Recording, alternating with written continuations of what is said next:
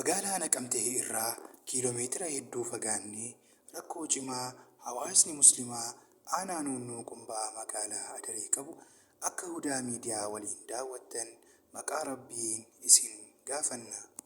Assalaamu alaykum wa rahmatullahi wa barakaatuh. Ani Sheekh Sultaan Abbaas Fuutaan jedhama. Bakka amma nu jirru kuni godina Wallaggaa Bahaa aanaa Nuunnuu Qumbaa magaalaa Adaree Masgiida Hudaa jedhamu keessa jirra. Daawwattoonni keenya kan amma foddaa hudaadhaan dhaggeeffataa jirtan boleeyyan keenya bahaa dhiyaatti kaabaa kibbatti kan nu dhagahaa jirtan.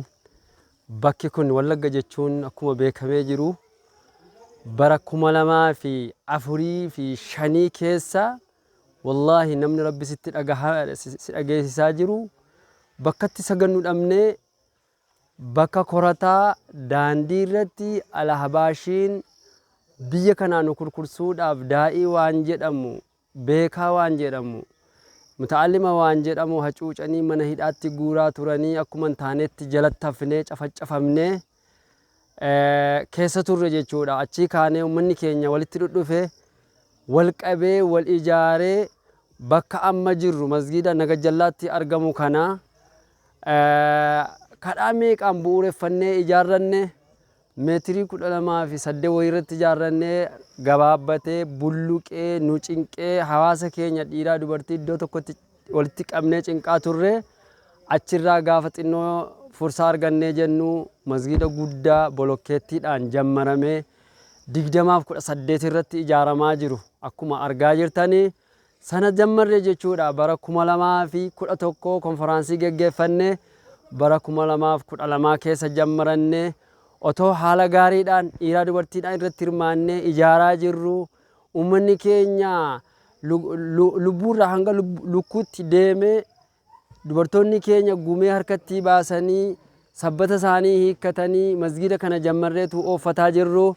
Bara 2013 nageenyi nu diigee uummanni keenya cafacafamee abbootiin qabeenyaa bakka kanarraa ari'atamanii inni kaan godina magaalaa Naqamtee galee inni kaan naannoo bakka nageenyi jiru bakka seerri jirutti fagaate masjiidni kuni abbaa dhabee hiikkatee booddee kana immoo 2015-16 kana keessa fursaan nageenyaa argamee jennaan ijaarruudhaaf ramadaana waggaa 1446 keessallee nama 15 taane kan qabatamaan walitti qabaan godinaa keenya Sheekh Jaafar Ahmadin nu argan nu geggeessan bakka hundatti godinaalee hundarratti hiramnee bakka biyya muslimaallee deemnee ramadaana keessa ta'ee utuu milkaa'in galle jechuudha. Iyyata keenya bakka hunda dhageessifne.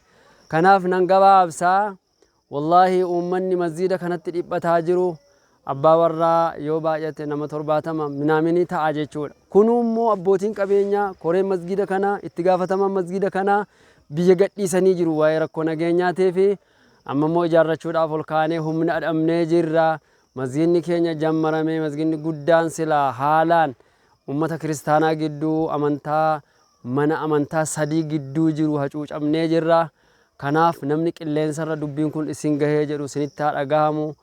Namni Rabbi harka kee waa kaayee abbaa qabeenyaa abbaa makiinaa taatee jirtu masjiida kana bira nuu dhaabadhaan isiniin jedha. Rabbiin isin hadara rabbiin isin guyyaa rabbii jedhaati namni sagalee keenya dhagahaa jirtan masjiida kana bira nuu dhaabadhaa nu gargaara.